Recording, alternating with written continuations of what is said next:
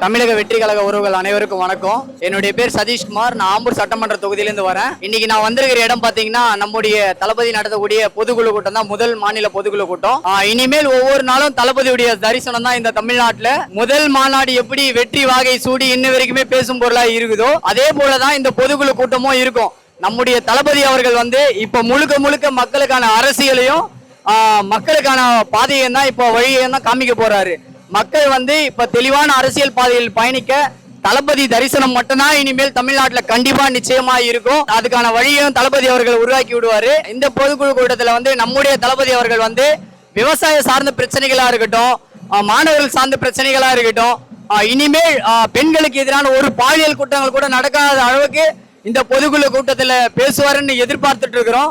கண்டிப்பா அது பேசினா ஒரு வெற்றி வாகையை நம்ம 2026 நம்முடைய தளபதி அவர்கள் தான் சிம்மாசனத்துல அமருவாரு. தமிழ்நாட்டுடைய முதலமைச்சரா நம்முடைய தளபதி அவர்கள் தான் நிச்சயமா வருவார் என்று உறுதியா நான் சொல்றேன்.